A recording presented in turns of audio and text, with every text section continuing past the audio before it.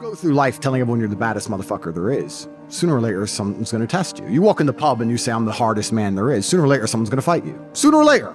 And life's like that. You want to be the top G and you want to go through life and say, I'm the top G. Then God's going to say, well, we're going to see if you deserve to call yourself the top G or not. We're going to put you in a Romanian jail cell. We're going to leave you there to rot. You're not going to know how long you're in there for. And the biggest mindfuck is I thought I was going to be in there for years. I had no idea. Everyone's telling me years. I thought I was gonna be in there for years. So maybe God was just seeing, he was watching me and he was having a look and saying, you want to call yourself top G? Let's see. And I like to think I passed that test. So it is what it is. But yeah, I agree with you. In terms of mental struggles, yeah, they exist for all men. And I also think that's one of the reasons I'm so large. I talk about those things a lot. I talk about those things a lot with men and I help men with them. And I try and say to men overall that life as a man is pretty shit. And you're gonna feel shit for a pretty large percentage of the time. But you're only gonna ever escape that if you just perform regardless. You have to perform when you feel bad. As a man, you can't say, I will perform when I feel good.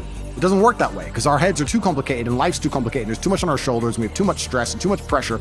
Our heads are fucked. You have to be the kind of person who says, I perform regardless. I didn't miss a single day's training. I didn't miss a please. I didn't miss a thank you. I'm not saying I was happy. I'm saying I did exactly what I was supposed to do. What's the worst thing about prison? The worst thing about prison, I think, for everybody else, because there was a lot of men in there who were crying, a lot of men who were having mental breakdowns. I think it is the problem I didn't have, which is knowing that if you're a normal man, you go to jail and they just pick you up and you go to jail. Who pays the rent? Who's feeding your kids? Who's your wife sleeping with? Life gets hard for all the external things you can no longer control, things that were your responsibility. I was lucky I didn't have those problems. And when I spoke to people, most people's issues were things that were happening on the outside. And I felt really good knowing that my life is set up in a way where even if I'm plucked from it, it operates. And I set that up because I thought they were going to kill me. Even to this day, if they shoot me right now, everyone around me, everything would be okay. I don't have to exist for my life to function.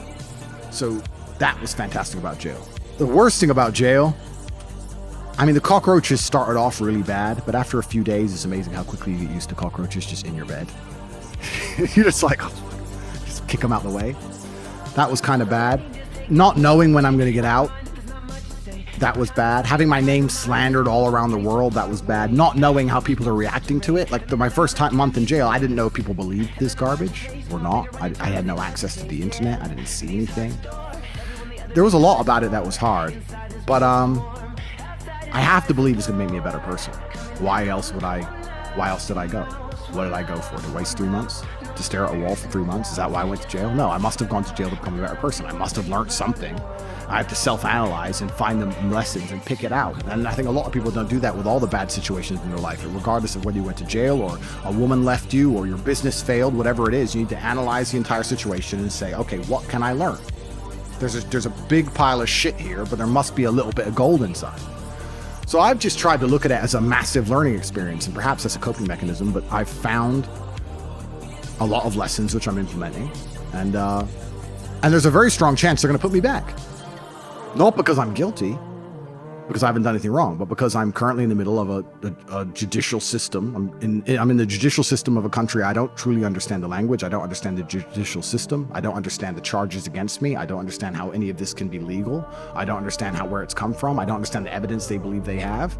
And here I am stuck in this process, and who knows how it's going to end. How do you think it would have been if you were flying solo? Because your brother, looking from the outside, it seems as if he's going through all this just because he's your brother. Yes. How would it have been for you flying solo with this?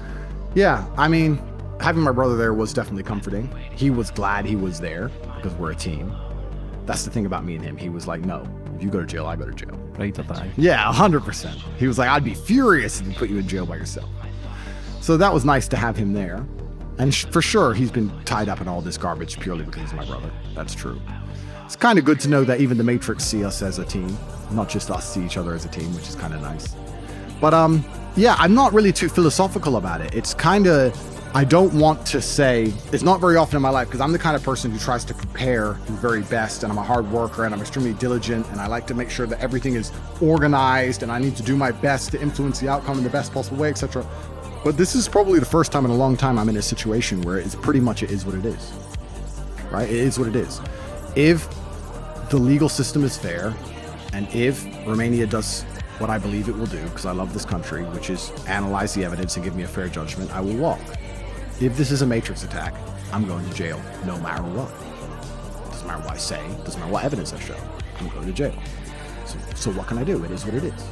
And we have to see how God has this all laid out for me. And it is scary. For sure, it's scary. But I don't think that sitting around being scared of it is going to help. I think the best thing I can do is the same things I would do if this wasn't happening, which is train hard, work hard, take care of the people who are close to me, love the people close to me, be a good person, help people, smile. What else am I supposed to do? I'm supposed to sit around and fucking mope like a fucking baby? It is what it is. And I truly hope I don't get thrown back in a jail cell.